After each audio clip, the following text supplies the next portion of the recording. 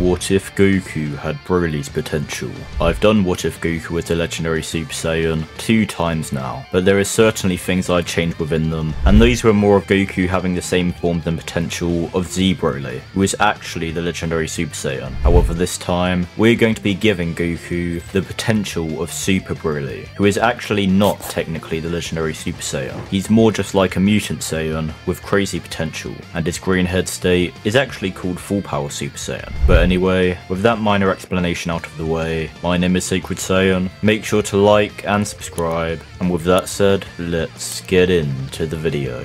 This video begins on planet Vegeta. At first, when the scientists read Goku's power level, it comes up as 1 like usual, so he is dismissed as a low class Saiyan and sent home with Gine. However, once they get home and Bardock arrives, he decides to put his scouter against the incubation pod and find out for himself. His son can't be that weak, but once Bardock does, he has a face of sheer disbelief as the power rises from 1000 to 2000 to 5000 and finally to 10,000 before Bardock's scouter explodes. Bardock looks to Gine and says they can't tell anyone about this. Gine asking why, and Bardock tells her that he heard something about Paragus having a son with a crazy power level like this at birth, and King Vegeta exiled him. They can't let that happen to Kakarot. And so, Bardock and Gine keep their son's power a secret from everyone, only eventually telling Raditz, and he is forced to keep it a secret as well. It soon comes the time where Bardock realises that Frieza is going to wipe out the Saiyan race, so he decides to send Kakarot off to space, and Gine asks if what Bardock thinks is true,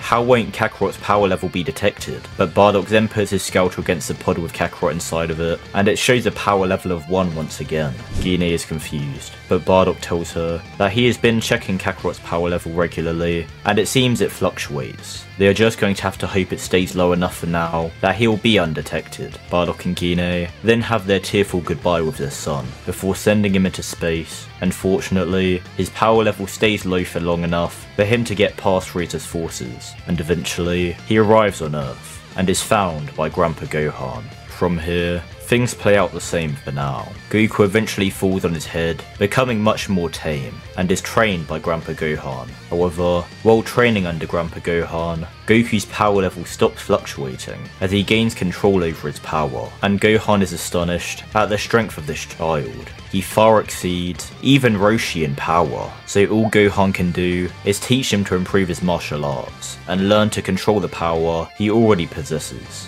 However, at some point, Goku looks at the full moon, transforming into a raging Uzaru, and Gohan can't do anything against this monster, but if one of Goku's stray ki blasts hits the planet, it could destroy it, so he has to try. Gohan thinks back to his training with Goku, remembering that his weak spot is his tail, so he decides to go for that, and he uses the technique which he hasn't used in so long. He isn't even sure if he can do it again. Gohan cups his hands together, saying the fateful words, Kamehameha, as he fires a blue beam at the tail of the Uzaru, the giant beast letting out a roar as the beam slightly burns its tail, but the beast then turns around, ready to fire a mouth beam at Gohan.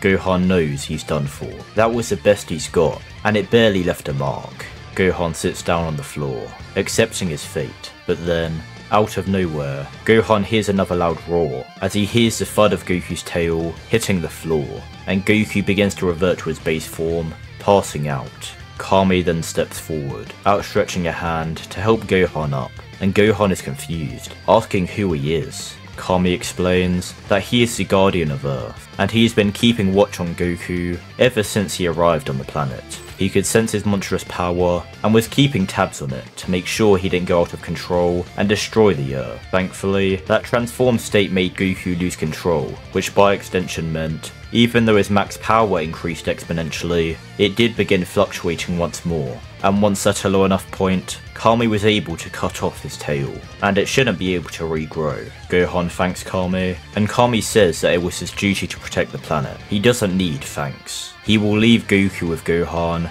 as he should no longer lose control like that. However, one day, he will request Goku to come to his lookout and train thoroughly, to make sure he will be able to keep his strength in check permanently. Gohan agrees to this, as Kami leaves, and from here on, Goku and Gohan lived peacefully until Bulma arrived in search of the 4-star Dragon Ball.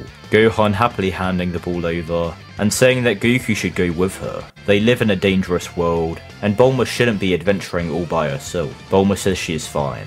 She doubts a kid could be much help, but Gohan gives Goku a small pebble and tells him to flick it at a mountain that they can see in the distance. Goku agrees, flicking the pebble, and it flies all the way into the mountain, creating a massive explosion which turns the mountain to rubble. Bulma has a shocked expression on her face and quickly agrees to Goku coming along. Goku not wanting to leave his grandpa, but Gohan tells him it's alright. Goku needs to explore the world and see what it has to offer. So Goku goes off with Bulma and they have their journey, but this time they face quite literally zero difficulty, defeating and recruiting the same villains as usual, and things from early Dragon Ball really play out similar, just a lot easier. Eventually, Goku begins training under Master Roshi, becoming friends with Krillin much faster, as Krillin quickly realises he won't be able to rival Goku. But eventually, we reach the point in which Krillin goes back to the World Martial Arts Tournament grounds to grab Goku's stuff, and is killed by one of Piccolo's spawn. Once Goku discovers this, he gets enraged, his eyes turning yellow as he accesses the power of Grey Tape within his base form, also known as Ikari, and he uses the Dragon Radar to hunt King Piccolo down, and in their first encounter, Goku is able to swiftly defeat the Demon King, ending the fight by punching a hole in his stomach, and Piccolo spits out an egg which goes flying. From here, Goku revives all those killed by Piccolo with the Dragon Balls, and shortly after, Kami requests Goku to come to the lookout, and he trains under Kami and Mr. Popo like normal, learning to fully control his power and also learning how to activate Ikari at will. Eventually, Goku has a reunion with everyone at the World Martial Arts Tournament, and Piccolo Jr. does show up to try challenge Goku, but their battle ends as quickly as it begins. But Goku does spare Piccolo's life in order to not kill Kami. Besides, if Piccolo does try anything, Goku can easily stop him. And Goku and Chi-Chi still get married, so Gohan soon gets born, and Raditz finally decides to head to Earth in order to recruit his brother. In all this time, Raditz still kept the secret of his brother's power, perhaps in fear of being replaced by him, but maybe part of him wanted his brother to actually live a good life. But either way, Raditz arrives on Earth and uses his scouter to try find his brother, first finding Piccolo, but then his scouter picks up a power level of 5000, so Raditz heads to it and finds Goku. Raditz is confused though. His father told him that Kakarot had a power level of 10,000, and that was when he was an infant. Surely he would be stronger now, not weaker. Raditz would tell Goku to join him, but Goku would refuse, leading to Raditz threatening to kidnap Gohan, because even if Kakarot is stronger than himself, Vegeta would wipe the floor with Kakarot. Goku then stops suppressing his power, Raditz being shocked as Goku's power level rises from 5,000 all the way to 20,000, and Raditz's scouter then explodes before it can go any higher. Raditz then apologises, begging for his brother to spare him, as he'll need his help. Even if Kakarot is stronger than Vegeta in their base states, he can see Kakarot no longer has his tail, so it will be no match for Vegeta once he becomes a Grey Tape. Goku isn't sure what that is, but he says fine, as he didn't know about Raditz harming any humans yet, and Piccolo reveals himself shortly after, as he was listening to the conversation. Piccolo decides to join them as well, and so they would all begin training together. However, Goku wouldn't be training with them, as Kami would make a special request to King Yama, which allows Goku to go to Otherworld and train with King Kai. So on Earth, we have Raditz, Piccolo and Gohan training together, while the human fighters train together like normal. By the time Nappa and Vegeta arrive, both Raditz and Piccolo have reached power levels of 10,000, as Piccolo wouldn't take long to catch up to Raditz, and then the pair would be able to spar with an even partner, allowing them to both have massive growth. Gohan here would actually reach a power level of 7,000 due to his amazing potential, along with now having 2 mentors to teach and train him, and the humans all gain similar power levels to in canon. Vegeta and Nappa meet the Earth's fighters in the wasteland, everyone suppressing their power levels besides Raditz, as he wants to boast his newfound power, but this was a grave mistake, as Vegeta and Nappa see this power level and immediately know that not only is Nappa outmatched, but this most likely means that power reading of 20,000 on Raditz's brother. It wasn't a glitch in the Scouter after all. So straight away, both Nappa and Vegeta transform into Great Ape, but so does Raditz. But Raditz made sure to warn Piccolo about Gohan turning into a Great Ape, so Piccolo covers Gohan's eyes, since he would go out of control and make things even more difficult for them. So we now have the battle of 3 Great Apes. But even though Raditz is vastly stronger than Nappa, Vegeta is vastly stronger than Raditz. So he begins beating him down. And while Raditz struggles to survive against Vegeta, Nappa begins going after the others, and they simply can't do anything about it. So Nappa fires a mouth beam at the humans, wiping them all out, then fires another mouth beam at Gohan, with Piccolo standing in the way to try stop it, but both him and Gohan get eviscerated in an instant. Goku then arrived on the battlefield straight after this, looking around and not seeing any of his friends, only seeing 3 giant beasts fighting.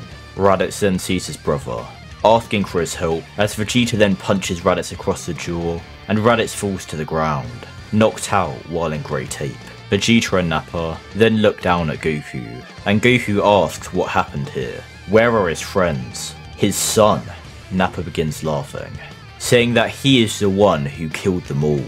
They were weaklings who didn't deserve to live. Goku's eyes widen, his pupils first turning yellow, but then they explode, as Goku's hair spikes up and turns golden, and he then blitzes towards Nappa, punching straight through the stomach of the Great Ape, as Nappa collapses to the ground. Vegeta is terrified. It can't be. Is Kakarot the legendary Super Saiyan? Goku then turns to Vegeta, his hair turning from gold to an emerald green, and Raditz wakes up from being unconscious, watching as Goku lets out a green mouth beam that completely erases Vegeta from the face of the earth. And in the same attack, the fake moon is destroyed, and Raditz reverts to his base form. Goku is out of control, looking around for something else to let his anger out on, and he spots Raditz. Raditz being terrified as he sees his brother head towards him, but instead of trying to fight back, as soon as Goku appears in front of him, Raditz hugs his brother, Goku suddenly stopping, and Raditz says that he grew fond of Kakarot's brat. He is sorry that he couldn't save him. Goku's hair then turns back to black, and Goku's pupils return as he regains control of his body, and he falls to his knees. He should have never went to train on King Kai's planet. If he was here, he could have done something. Raditz says it isn't Goku's fault, and Goku then says if only Piccolo didn't die, they could use the Dragon Balls to revive at least some of them. But Raditz then perks up. Did Goku just say Dragon Balls? Goku says yes, and asks why, and Raditz says he thought those were just a myth. The Namekians could really create wish-granting orbs? Goku asks what a Namekian is, and Raditz tells him that Piccolo is a Namekian. If there were Dragon Balls here, then there must be a Namek as well. And so, Goku and Raditz speak with Popo about them going to Namek, and Popo says that Kami had an old ship which Bulma helps repair, and she decides to go to Namek with Goku and Raditz. Bulma meeting Raditz once again, and saying she didn't get to introduce herself properly last time, and she also compliments his hair. But as the trio head to Namek to revive their fallen friends, we are going to end off this part. Hopefully you guys enjoyed this video, and if you did, then make sure to like, subscribe, and comment down below what you enjoyed, along with what you think will happen next in this series. Anyways, I want to give a huge shout out to all the channel members. I appreciate you guys so much for the support, and I hope to see you guys in the next video. Goodbye guys. Hey everyone, it's me Goku. Make sure to like the video and subscribe to my friend Sacred Saiyan on YouTube. Thank you all for watching.